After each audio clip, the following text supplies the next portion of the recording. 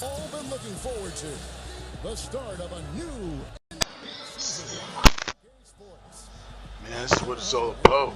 Sunday, new season, the NBA is back here on 2K Sports. Can't beat that.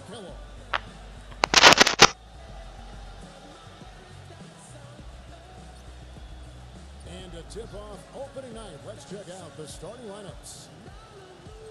First for Brooklyn, Darren Williams and Joe Johnson at the 1 and 2.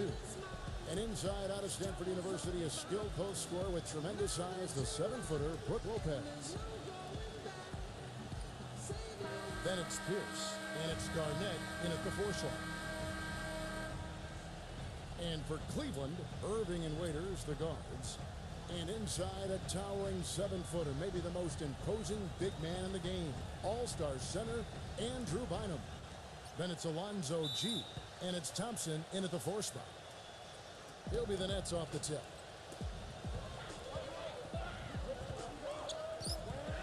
Now Williams. Johnson outside.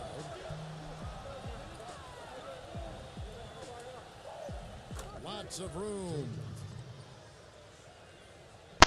Well, Joe Johnson, former NBA star, showing what he can do. He scored a lot of buckets. I mean, a lot of buckets in his time with Brooklyn. And of course, his time with the Phoenix Suns.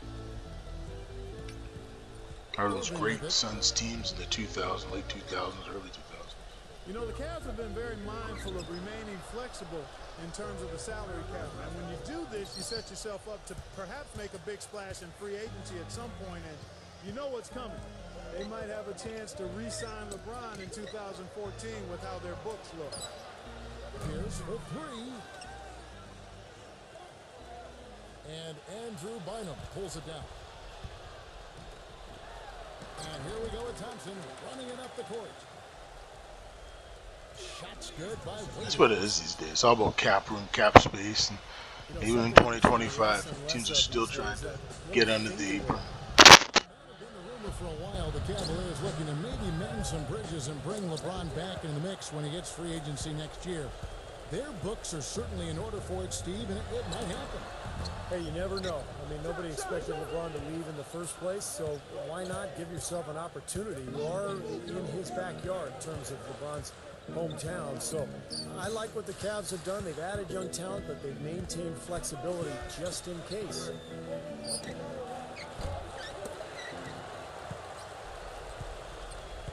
And again, no good by Brooklyn.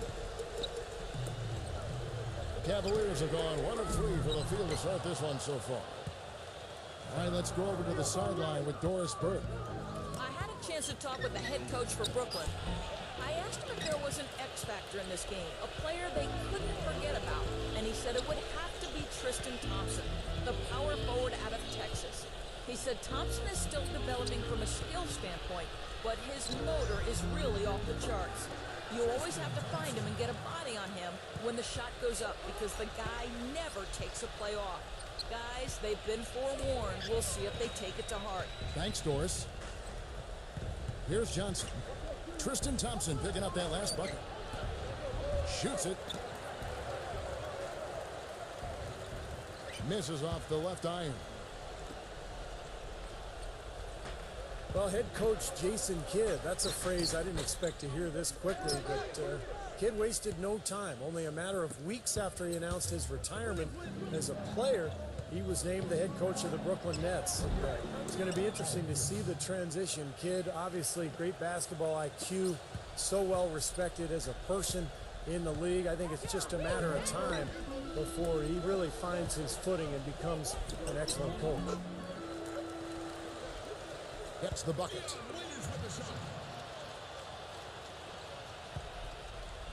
And here in the first, about 3 minutes in. Johnson for 3. And Andrew Bynum pulls it down. Bynum's got his 3rd rebound tonight.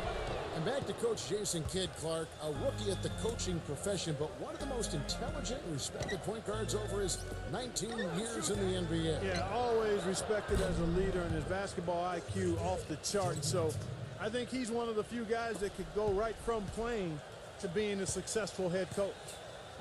And here is Irving after the three-pointer from Joe Johnson. Johnson misses.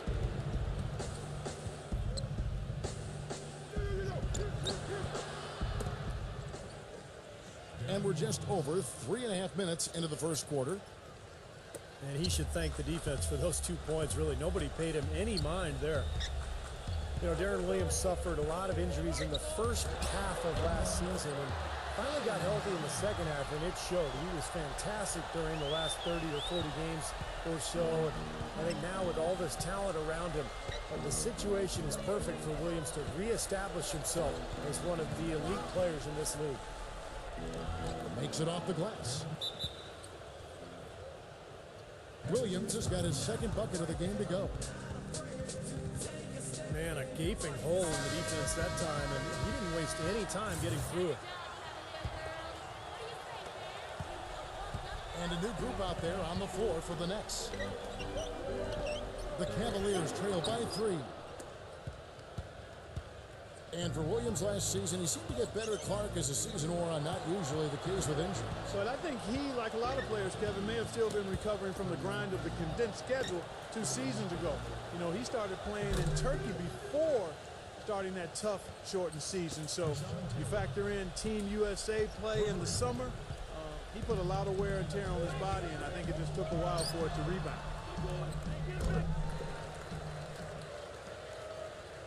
Gets it to go. The easiest way to do it sometimes is with the bounce pass. 1:09 left in the first.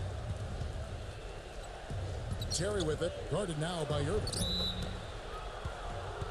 Oh, and it looks like that's going to be a goaltending call. Yep, that's it. So they'll get the basket.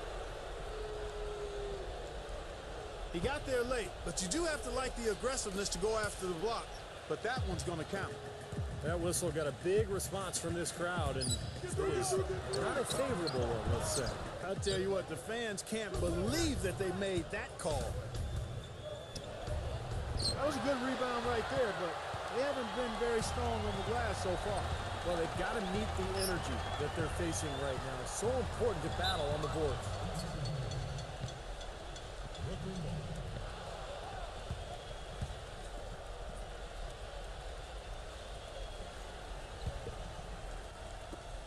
There's 31 seconds left to play in the first.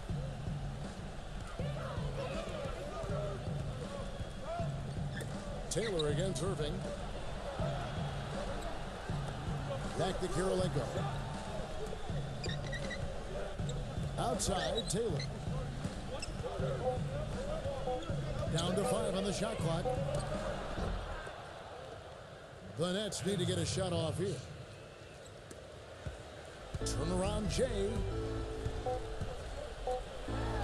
Another one falls for Brooklyn. And that does it for the first quarter. Nets out in front. They lead by 8. And back with the start of the second quarter in just a moment. It's a Halloween broadcast of the NBA. Carmelo Anthony and the New York Knicks go up against Luol Deng and the Chicago Bulls. Live this Thursday night.